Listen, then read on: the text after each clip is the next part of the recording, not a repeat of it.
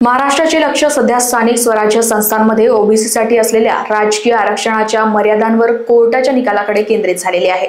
याच पार्श्वभूमीवर राष्ट्रीय ओबीसी महासंघाचे राष्ट्रीय अध्यक्ष बबनराव तायवाडे यांनी या महत्त्वाच्या सुनावणीच्या निकालांवर आपले दूरदर्शी भाकीत व्यक्त केले आहे, ज्यामुळे राज्यातील राजकीय वातावरणात जोरदार चर्चा सुरू आहे। तायवाडे म्हणाले की सर्वोच्च न्यायालयाच्या 50% मर्यादेमुळे महाराष्ट्रातील ओबीसी समाजाला नुकसान झाले, परंतु परवा सुनावणीत सकारात्मक संकेत मिळाले असून 27% आरक्षण कायम राहण्याची शक्यता आहे। बिलकुल आम्ही त्याच गोष्टीकडे लक्ष ठेवून आहोत। परवा मंगळवारी जेव्हा सुनावणी झाली तेव्हा मान्य सर्वोच्च न्यायालयाने एक चांगले संकेत आपण जे म्हटलं त्याप्रमाणे दिले होते की ओबीसीवर सुद्धा अन्याय होणार नाही याची काळजी आम्हाला घ्यावी लागेल। सर्व भारताला माहीत आहे की 1994 पासून 2022 पर्यंत या देशामध्ये स्थानिक स्वराज्य संस्थांच्या निवडणुकीत सर्वीकडे 27% आरक्षण मिळत होतं, परंतु नंतर सर्वोच्च न्यायालयाच्या निर्णयाप्रमाणे ट्रिपल टेस्ट करून 50%च्या वर जाता कामा नये असा जो निर्णय देण्यात आला, त्यामुळे संपूर्ण महाराष्ट्रातील अनेक ओबीसींचं नुकसान झालेलं आहे। एक महत्त्वाची गोष्ट याच्यामध्ये अशी आहे की जेव्हा 1993ला साहनी खटलाचा निकाल आला तेव्हा फक्त शिक्षण आणि नोकरीमध्ये आरक्षणाचा 50% मर्यादा लावण्यात आली होती आणि नंतर 1994ला हे राजकीय आरक्षण देण्याचं लोकसभा आणि राज्यसभेमध्ये जेव्हा बिल पारित झालं तेव्हा याच्यावरती कुठेही अशा प्रकारची 50%ची मर्यादा असावी असा नियम घालण्यात आलेला नव्हता। परंतु काही लोकांनी मान्य सर्वोच्च न्यायालयाला अप्रोच केलं आणि मग सर्वोच्च न्यायालयाने तसा अर्थ काढला की सर्व क्षेत्रामध्ये 50%च्या वर आरक्षण देता येणार नाही।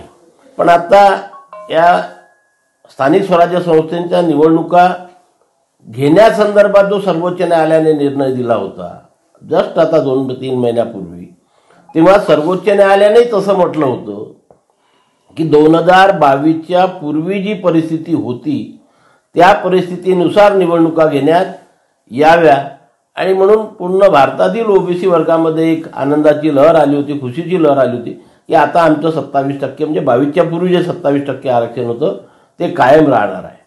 आणि त्याप्रमाणे महाराष्ट्र राज्यामध्ये सर्व स्थानिक स्वराज्य संस्थांच्या निवडणुकाची घोषणा झाली, 27% आरक्षण सर्वीकडे देण्यात आलं।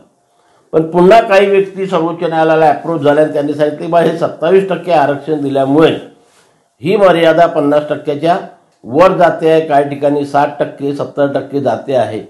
ते नॅचरल आहे। याच्याकरता नॅचरल आहे की सर्व स्थानिक स्वराज्य संस्थांमध्ये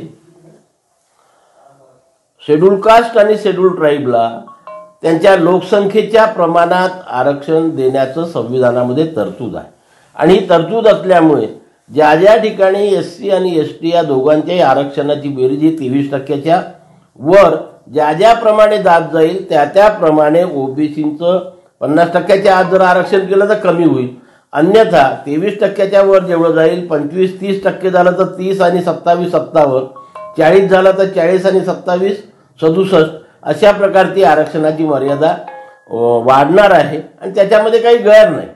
ओबीसीला या 60% ओबीसीला फक्त 27% आरक्षण दिलेलं आहे, 60% ओबीसी आणि मग 27% आरक्षण दिल्यामुळे राजकीय क्षेत्रामध्ये तसं नुकसान होऊ शकत नाही।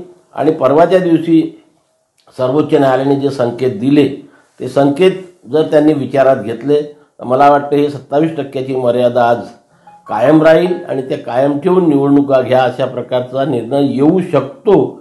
अन्यथा पुन्हा तेच जर आलं की 50%च्या आतमध्ये आरक्षण द्या, त्याच्यापेक्षा जास्त देता कामा नये, तर ज्या काही मला वाटतं नगर परिषदा आणि नगरपंचायताचं निवडणुकाचा प्रक्रिया सुरू आहे त्यातल्या 57 नगर परिषद आणि नगरपंचायतीवर ही कुऱ्हाड येणार आहे आणि त्या ठिकाणच्या निवडणुका रद्द पण होऊ शकतात, पुढे पण ढकलल्या जाऊ शकतात, आरक्षणाची सोडत पुन्हा काढावी लागेल आणि मग महानगरपालिका, जिल्हा परिषद, पंचायत समिती, ग्रामपंचायत या सर्व स्थानिक स्वराज्य संस्थांवरती त्या आरक्षणाचं नुकसान ओबीसी समाजाला सहन करावं लागणार आहे। नाही, हा प्रश्न जर कायमचा निकाली काढायचा असेल तर मी यापूर्वी सुद्धा सांगितलेलं आहे की केंद्र सरकारच हा प्रश्न सोडवू शकतो आणि म्हणून केंद्र सरकारने संविधानाच्या कलम 243D6 आणि संविधानाच्या कलम 243T6 या 2 कलमांमध्ये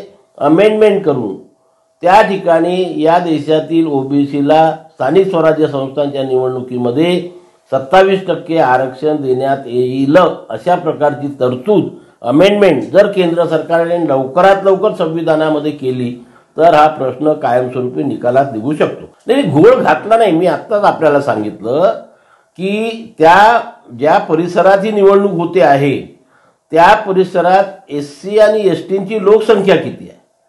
समजा ती दोन्ही मिळून लोकसंख्या जर 50% असेल, पुष्कळसे आदिवासी बहुबल प्रदेश असे आहेत की ज्या ठिकाणी ती संख्या 50% जाते SC आणि STची, तिथे ओबीसीला 27% दिलं तर ते 70% जाणार, 80% जाऊ शकते जर ते 55% असेल तर.